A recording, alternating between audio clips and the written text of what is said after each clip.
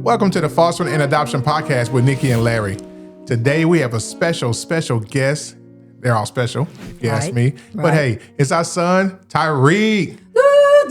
Tyriq, he's here joining us. He's taking time out of his busy adult schedule, and he is here in the house. Hey, oh, my bad. No problem. Y'all want you to jump in. I want you to be ready. So welcome, Tyriq. I'm ready. I'm excited to be here. I'm ready to talk and, let it all out. All right. Hey. We wanted to come out because what you all are going to hear is straight from his mouth, his side of the story, his journey. Tyriq is the oldest of a sibling group of 7 that we had the privilege, the honor to foster and then keep. What? Okay, that's our journey. But now you get to hear from him. What was that like? How was it being the oldest and having siblings in the house? And you all are being here. You have to adapt. You have to adjust. You have to lead them. You have to answer questions. I mean, we're about to get into it. Are you ready, Tyriq? Yeah, I'm ready. Let's do it. All right, let's do it. Stay tuned. Join us.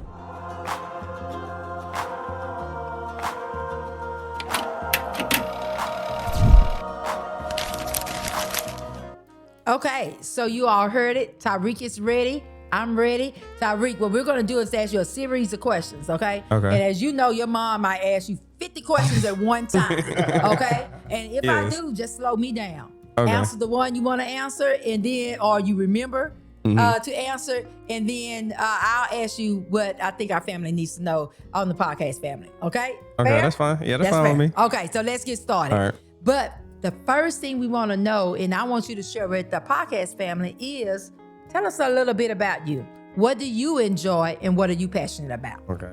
I enjoy sports. I'm passionate about art.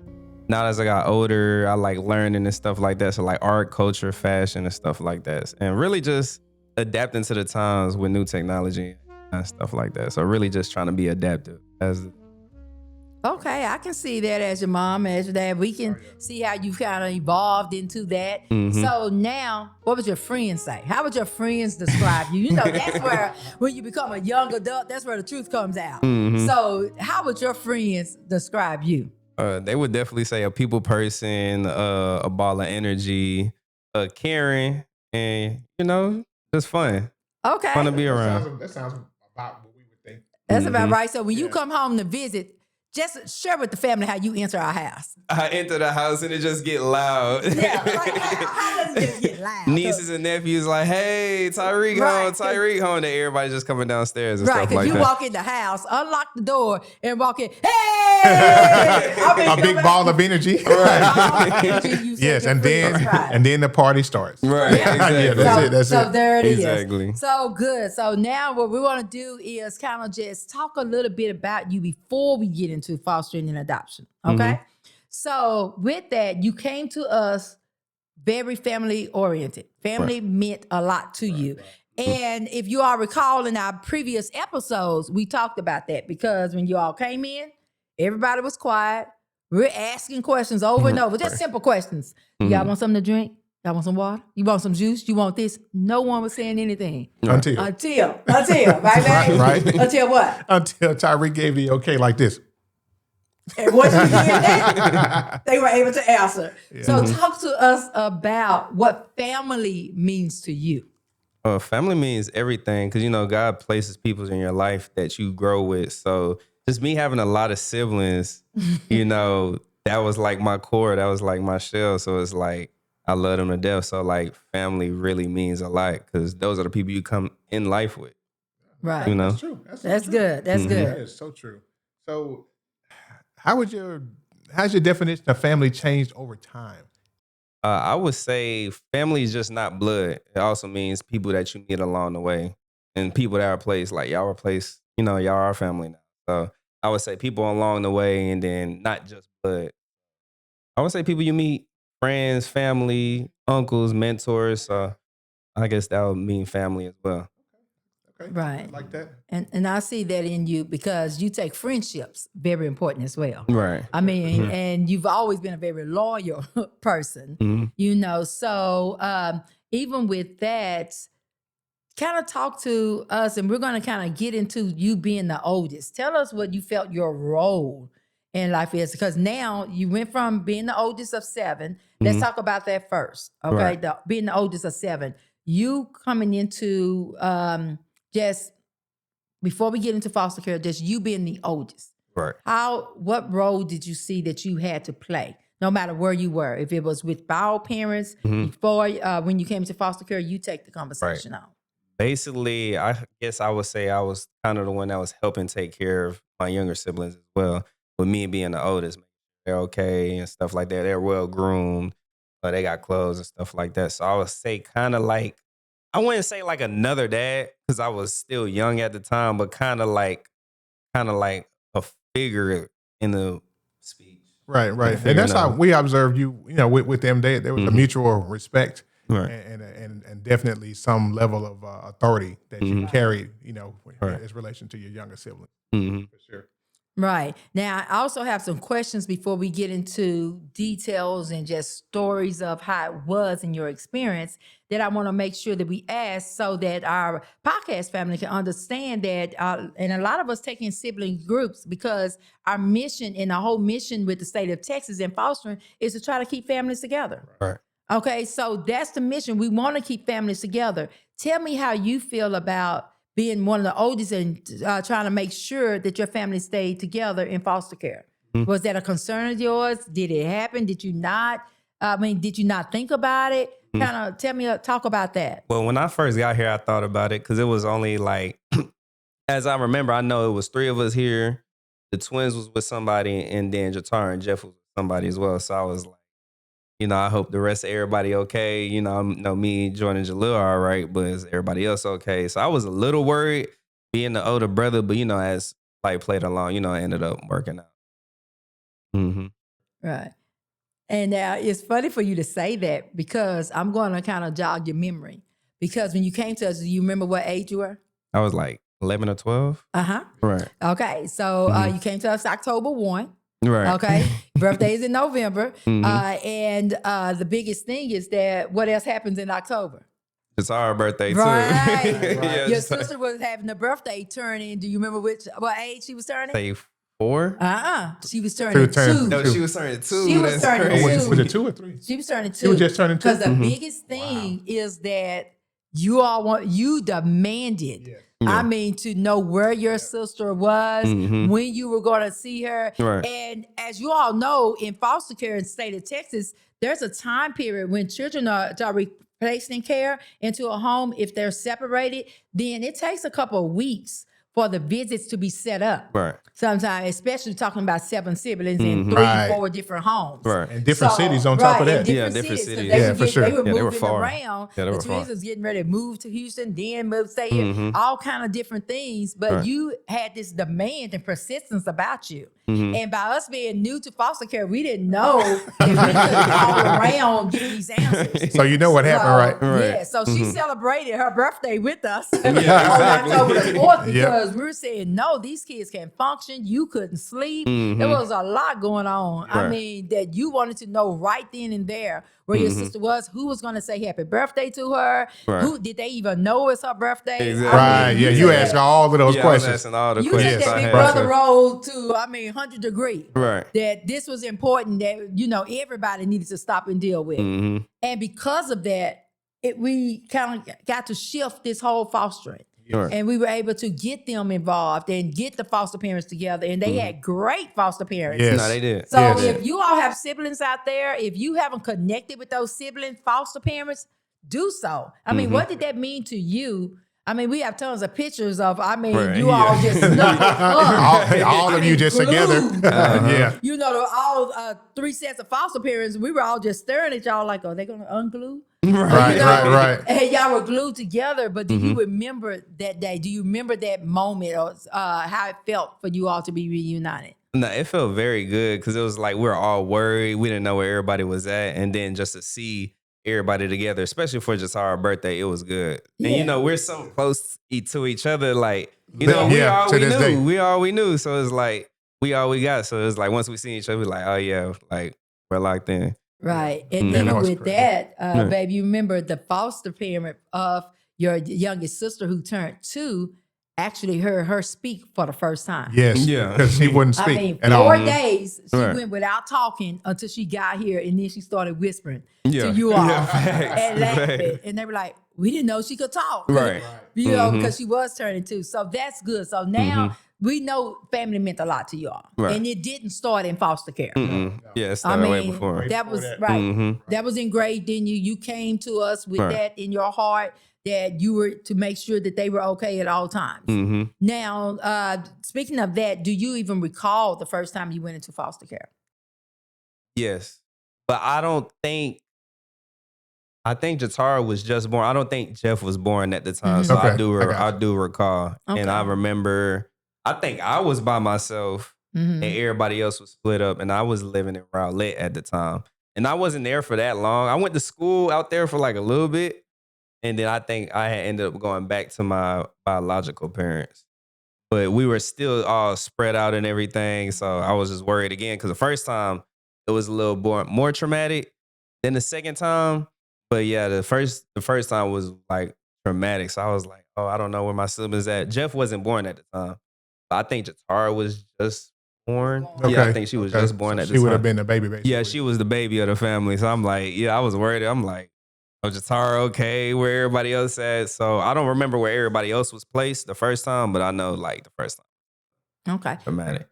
Do you recall how many times you were in foster care before coming to us? Just once. Just So once? coming to y'all would be the second time. Okay. Mhm. Okay.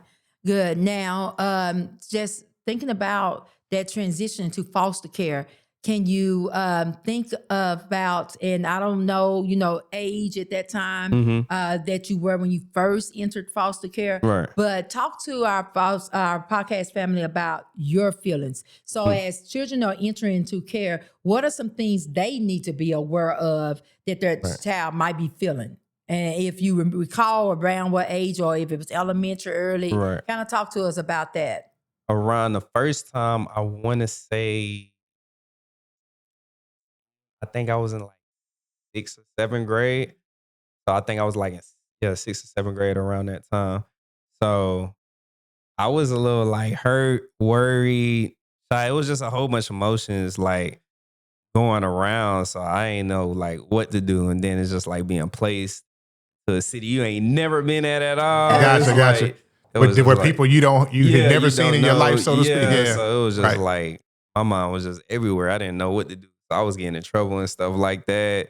And then I was in the school. I'm like, I'm not used to this. I'm being in school in a city environment. So I was just like, I didn't want to say I was bad, but it was just like, it was so much going on. I was holding so much emotion in. It was just like, I had to let it out. Right, You know what I'm right. saying? So I you had were to trying to let- just keep it together Right, at your exactly. age, at that young age, right? Exactly. Yeah. Mhm. So then that's something to be considerate of for Right. as foster parents, and you bringing in any child. Mhm. Hey, you gotta work with them. I mean, you gotta give them Right. opportunity to get comfortable. Mhm. Yeah. So that's good. That's That's good what it information. was. Mhm. Right. Now, would you say that which emotion, if you had to name an emotion Right. that you were going through when you were initially placed, which emotion would it be, so that we would understand in this foster care journey, Right. as we're trying to step in as foster parents and adopted parents to help a child out, is it normal or not for a child to be angry, sad, crying? What type of emotion? If you had to name one that you felt the most, Right. which emotion would it be? I would say angry. Angry. Angry. Okay. Well, And- angry mixed with sad. Okay. Angry mixed with sad. And what does that look like? How can you describe that to us as a parent? Are you beating up walls? Are you beating up children? I mean, how can I kind of pinpoint the that first emotion? time I was fighting a lot. So Okay. So Okay. you I was fighting peers, people in the home? Well, nah, at the school. Well, I did Okay. the first family. I did get into it with one of the peers. Okay. So it was just fighting and just like emotions everywhere. So cussing out and stuff like that. Okay. So, Okay. I got you. Okay, Mhm. and that's good. That's good information for us, because sometimes we don't know what's going on. And I Right. remember your younger sibling, when they came to us. You had one sibling that would curse like a sailor. Yes. And I'm Yes. thinking, and it was a female. Yes. And I'm thinking, Well, like, how she know those where did you words? get that from? Right. Yeah. Where is Right. this coming from? Yes. You all didn't do a lot of cursing and all the cursing. She came out, but that would make sense because Right. you don't know where to place those emotions. Exactly. So Exactly. what do you think helped you kind of through those emotions? The first time or the second time? Anytime. The first time I kind of started getting comfortable, but the first time I wasn't there that long. But the second time with y'all, just basically getting comfortable and accepting things for what it was. Okay. So that's what helped out a lot. Right. So that's surrender to prayer. Lord, help me to accept the things I cannot change. And wisdom, Exactly. You know, And just to deal know with the it day by difference. day. There right. you go. That is Right. good. That's Right. really good. Okay, good. So let's kind of go back to you being the oldest of 7, because then we're going to go into some questions directly into fostering and your experience. Okay, so I have some questions here. I want to kind of go out with you about just you being that oldest, because when we dealing and stepping in with siblings group, it's kind of hard sometimes to reach that oldest one. Right. But as people in this space and God-fearing people, we know if we can get that oldest child, then we can win those other younger ones, because then the oldest can speak up for us and bounce for us. Right. You know, For sure. So what is it like being the oldest of 7? Is it pressure on you? How can we go about trying to figure out how to get to you? I would say it's a lot of pressure. Because me, I'm like real closed in, unless I really know you. But it took a minute for me to open up. So I'd say a lot of pressure and just a lot of just trying to let yourself open up. You know what I'm saying? Right. It took me a little minute to like get adjusted and open up. So I say pressure. And you had to feel some level And I of had to feel it out. Yeah, because you need to. There you go. Like exactly. That's natural. Yeah. Very natural. Right. Now, with your siblings kind of being confused and not knowing what's going on, what would you say is the hardest part of being that oldest sibling and being a child still? Right. Because you're not the daddy, as you said. Right. You're not responsible for putting you all in foster care. You're going through it just like them. Right. What was some of the hardest things you can remember trying to explain? Did they ever ask you questions? What was going on? Trying to get everybody to understand, I would say. Trying to get everybody to understand. 'Cause they were so young. Right. You know what I'm saying? They didn't really know. So they were so young. What would be like a typical question that they would ask you? You know what I mean? When they're trying to gain understanding. Or did they? Or did they? Did y'all did they kind of just go with the flow? Did they? I guess, kind of go with the flow. Because they were young. So. Yeah, kind of Was just there any questions like, why do we have to listen to them? Why are we here? A little bit of that. A Why little she bit of keep talking to a me? little bit of that. Yeah. Can you make her hush? Right, a little bit of that for sure. Yeah. Oh, so they did. They asked her, Look at that. That was a setup question. I know they did. Why she talking to us? Why she telling us what we have to do? Right. Because I know it was a time period that they weren't listening to me. Yeah. If you didn't say it, they just didn't do it. Right. And I'm thinking, They just sat there. right. And I'm thinking, like, we're the only adults in this house. This little boy here, 12 years old, is not our daddy. And I actually recall it. Tell me if you remember this. Us telling you we're going to teach you how to be a big brother. We Yeah, I would put you remember in the that. room with the other boys, close the door. Yeah. And every time they said something, if they screamed, it didn't matter why they screamed. Right. They were playing a game. They got upset. They screamed. You would come running out that room. And I said, nope. Get out of here. And I would close the door and make remember you that. stay in that room. And they had to come and speak to us or work it out amongst themselves. Exactly. And I had to just keep in mind, nope, you can't listen. You Right. can't answer them. Yeah. Right. Because they were, well, I need to go get a topic. Nope. You're not telling them anything. It's Yeah, I all do me. You remember got to that. talk to me. And we did that, I mean, it for months. Right. Yeah. Just because, we would make you leave with, Cam and Nick. Yeah, go out, Yeah. go Yeah, we play. make Yep. you leave Yep. because 'Cause you they didn't- we couldn't get their attention. Right. And also it wasn't fair to you, to have to, keep Make playing. every- make every you decision. needed to be who you were, which is a teenager, Right. coming into being a teenager. Right. So, yeah. But I do remember months after Oh, you mean a when he lot got of practice. Oh, you mean when he got the hang of it? Yes, but we had to say, Tyriq, I know you hear him screaming outside the door. Tyriq, open your door. Tyriq was in his chilling. room Right, you like be in there just ignoring Tyriq in there with everything. headphones on. I'm a teenager now, y'all. I know what to do now. Uh-huh. I'm Yeah. just like, whoa. So, okay, I wanted you to kind of just share those experiences as being the oldest so we Right. can understand. So now let's get into it. And you can tell me, oh, mama, pump the brakes or whatever, because I want to get into our podcast family really understanding Right. the resistance that we get sometime from fostering, okay? Right. So we know that it's good now. You wouldn't be sitting on this podcast yeah, with for us. So sure. we're finna get to some ugly times. Is that all right with you? Yeah, that's fine. All right. Remember when I just don't remember. you didn't want to hear from me at all? You're right. You not the man in this house. Why is this woman talking to me? You even wrote a letter to the judge. Right. and told the judge that I was so angry and mean that I was mad because when I went to work and came home, that I had to work all day. How do you put it? It's something like that, yeah. He said Yeah. something about, see, oh, now you remember something. Yeah. Yeah. He told And the Mr. judge Larry's at home and he's working at home. And right, yeah, and Miss Nikki's mad because she got to go work every day, and then she come home and she fussing at us and she telling me what to do. I can't stay in this house, you know. So it was that time, and then as we, got to know you a little better, you was just like, I just don't understand why you're talking because I was the woman and he was the man, Right. and only the man should tell you what to do in the house. Right. So kind of talk to me about those thoughts and explain to us some things that you go through because it's not just an adjustment period for the parents Right. and the little siblings. You had to do a lot of adjusting. Yeah, I had to do a lot of adjusting too because I was raised a certain way. Right. So I had to get culturally adjusted to another way. I like the way you said that. Right. Oh, that Yeah. was deep. Yeah, so absolutely. That was deep. And what allowed you to move from that part of not being able to look at me, hear from me? I would literally say, take out the trash. You look at me like, Why are you talking to me? why is he talking to me? I mean, because if he wasn't around to say, take out the trash, he would say, take out the trash. Oh, no problem. I mean, if I say, take out the trash, you look at me like, I don't even know what trash is. Right.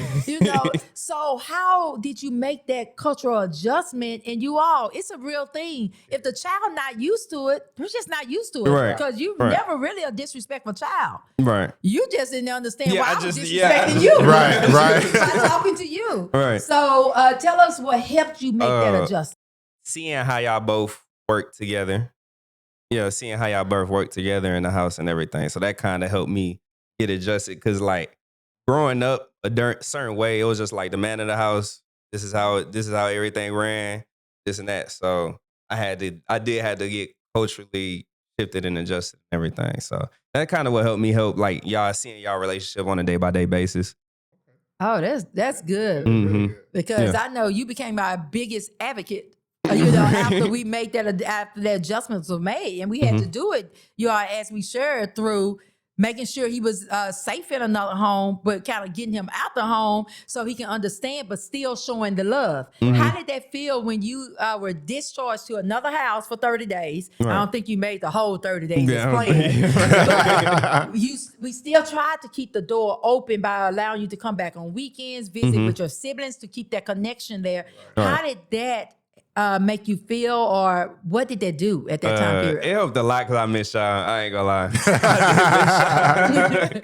But it helped me grow because I was in another place with like different people and stuff like that too. So it helped me grow, and I was in a different environment. I was like, oh yeah, I can't live like We say this. you were like, nah. Right, nah, Okay. I can't do this. So it helped me learn a lot, and I did learn a lesson. So Oh, you Yeah. did, because you came back on a mission. Yeah. Every time Yeah. I said something, did y'all hear her say it? Did you see her? You better move, you better move, Right. And Right. I remember you having those big brother talks with them. Big time. Right. Outside of us. It wasn't a show for us because I would walk in and hear you talking. I'm like, yeah, let me Yeah. let him finish. So Yeah. I appreciate you sharing that. And I asked that question because I want you all to know, you having to do some, make a separation, but keeping that door open, it's not all of a bad thing. It hurt. I cried. She really did. She forever. really did. It was hard. It was hard on us. He's gonna be gone. I don't want him to be so upset and not come back, but just still trying to allow you to grow how you needed to be and kind of be separated so you can understand the connection as well. right. But it happened with a lot of prayer. It wasn't just anything we did, you all. It was a lot of prayer into that. Lord, where can he go? Where should he go? Should he go? How can we do this? Right. But constantly keeping in touch with you. Mm-hmm. Talking with you throughout the week over the Right. telephone, checking in with Right. your foster parents you had. Letting your siblings talk to you. on the phone. Oh yeah, that helped a lot. Yeah, we want to Okay. make sure that you stay connected. You know what I mean? We never want you to be isolated. Yeah. Right. Yeah. That helped a lot. What are some of the biggest challenges that you encountered in foster care? I would say just the mental. I would say just the mental, because it was a lot on my mental, especially with me being the oldest and just looking after everybody else. Yeah, it was like bad on my mental. And I still deal with a little bit of trauma here and there, but I had to get through it though. Right. Now, I do recall you, and we're going to talk about the part of going into adoption, when Right. the rights got terminated. and we wanted to keep you all together. Right. It was not even a question to us. I don't even think we actually discussed it. We just said, okay, So we're adopting him. all seven. Yeah. And Yeah. then we talked to you about it 1st. You know, to give you with that respect as the oldest and to talk to you. We always tried to talk to you first, and then we brought the other ones in because they were so much younger than you. Right. Right. That's You true. know, by doing that, I recall you first not wanting to be adopted. You know, and then and it wasn't anything personal. You all, when you talk about that transition, just realize that they're going through a lot during that time lot. period. So it's not that he didn't want to be part of us. It's just that would you say? I always put in my mind that it seemed like it was a sense of betrayal if you did get adopted. Okay, so that's really what it was. Cause I still had a deep connection with my mother and stuff like that. So kind of a betrayal, but it was just like, I don't know how to explain it. You wanted to keep your identity. I still wanted to keep my identity at the end of the day. Right. And I say that to let you all know, even through that, we just made sure that you know that you didn't have to leave the house. Right. There you So go. our plan, you all, is that we were going to adopt the 6. And Tyriq even told us, hey, if I have to go to a group home, if you all could just take care of my siblings. And I'll try my best not to cry. But the words you stated is that if you all can take care of them, I'll be okay. I'll be okay. Right. Yeah. Do you remember that I conversation? remember that. And it went so deep where he said, you know, I just want to make sure they're taken care of. So you became an advocate for them. Right. Your Exactly. biggest thing was like, take care of them, send me wherever I have to go, Right. but take care of my siblings, please. Right. You know, and I mean, you even said, I'll go out and work. I'll meet you all once a month. Yeah, I'll fact. give you money. Yeah. So we got a whole plan. Yeah, he had it I'll worked give y'all out. money to buy them food. I'll do whatever it needs to take for y'all to take care of them. But Right. please keep them together and you can send me away. And our biggest thing was trying to make sure that you understood you didn't You have weren't to go going anywhere. anywhere. Do that, yeah. But say that he wasn't going anywhere. No, he wasn't going That anywhere. You didn't have to. You just weren't going anywhere. Right. So we planned for adoption all the way up to the point to not adopting Tyriq. And then at the end, he said, okay, you can adopt me. We were scrambling, trying to call Trying to the redo. lawyer. Yeah, get all the paperwork redone. Right, get his paperwork in because we already had the kids Right, situated. right. So then we got his in. And when we talked about names, Tyriq did keep his bio last name. Parents. True. Remember, it's not about you. Whatever that child need to feel whole is what you give them. So Tyriq was the only one that decided to keep the last name and then add ours, and that was just fine with us. Right. We just wanted to make sure you were okay. You know, and I shared that so you all would know fostering looks different. Adoption can look different. Right. It doesn't have to look the same for each child, not even in the same sibling group. The biggest thing is that we make sure that they have a family they can call their own. They have a place they can always return to, and they know they're safe and loved. You know, so thinking about your fostering and adoption journey, what can you tell our podcast family and those parents out there that's doing the thing, that's trying to give their best, that's praying for direction and guidance of what they can do to give the security to a child that they have in their home? Sometimes it takes time and y'all have to adjust with the kid, you know, talk with them, give them a chance to open up and give them time to adjust. I would say that definitely give them time to adjust for sure. Because sometimes it do take a little minute. Just because you don't know their situation, could have been a traumatic situation, or it could have been a situation where it's not as traumatic. They're in a different environment. Just give them, you know what I'm saying? Just give them some time to open up and stuff like that. Right. Can you think of any one moment or memory or anything that actually allowed you or helped you trust that you were in a safe place? When y'all took me to meet y'all whole family on both sides. Oh, okay. Whoa, Yeah. whoa. All right. Great. When I met great. Auntie, Granny, then I met Dad's side of the family. So really just me and y'all families. So just keeping you involved Yeah. and part of the family. Right. You Right. know, and not introducing them out, this is my foster child. Right. Or this Right. is my foster son. Right. Yeah, never do Right. that. You know, and I know right away, parents and your aunts and uncles start just calling you, hey, nephew. Right. Like Hey, Granny and grandson. Pops took us, loved us like y'all had Oh, us. yeah. We had to Yeah. grab y'all back from Yeah, you. I know, right? And our kids come back home Exactly. So, but I mean, they were proud. They showed up at the school before. They're there. Oh yeah, they sure Right. did. Yeah, you get to the school, they already on the first row. Right. What are y'all doing? With the good seats. Right, good seats, Got the and good off the seats. streets, you know. Yeah. So that's good to hear, you know. And you all, I just want to first of all thank you for Tyriq. Thank you, Tyriq, for opening up. Oh yeah. Thank you for sharing with us, and thank you for being willing. You know, it's not easy to share with, you know, the internet, Right. you know, about your inside life. And you're not a very public person Right. at all. Right. You're very Right. private. You know, so I thank you for trusting us and trusting our podcast family to share your story. Oh yeah. And man, I want to thank you for agreeing, you know, and coming and speaking with us. And I want to thank you for being a big brother to your siblings, but also for you jumping in and learning how to be a younger brother, where Right. you understood that, you know what, I can take a breath. I got some older brothers. I can be little brother. So you Right. kind of get the best of both worlds. Yeah, you know what I facts. mean? Facts. So yeah, we definitely appreciate the way that, you know, you're able to do that. And even to this day, you know, you just a bro. Yeah. Yeah. Facts. Yeah. So we love it. We love it. Thank y'all. Hey, Thank y'all as well. Love you, baby. Thank you all again for tuning in to hear from our Bible. Okay, he's not, but I did birth him. I mean, I just mentally birthed this child and put so much love into him and received so much back. So all of my children, I mess up and call them Bob, but you all, that's how we treat them. And that's how we feel. So once again, thank you, Tyriq, for being that child. Thank Okay. y'all. We I enjoyed my appreciate you. time here. I had fun. All right. We enjoyed it. We enjoyed it. He's baby grown now, getting older, you all. We tell him all the time. But he's already past that 25 mark now. All right. So he's on the other side of it. So we do thank you. We do appreciate you for being part of our family and Thank you. growing us as well. You all remember, it's not just your journey or our journey. It's their journey. And that's the one that matters. So let's do what we have to do to make sure that every child that goes into your home feels like that bio child. Every child that's in your home feel loved and safe. And you can do it just by consistency and making them feel involved and part of the family, as Tyriq shared with us. Thanks for joining us. Please like, share, and subscribe, and leave a comment. We'd love to hear from you. Thanks. Bye.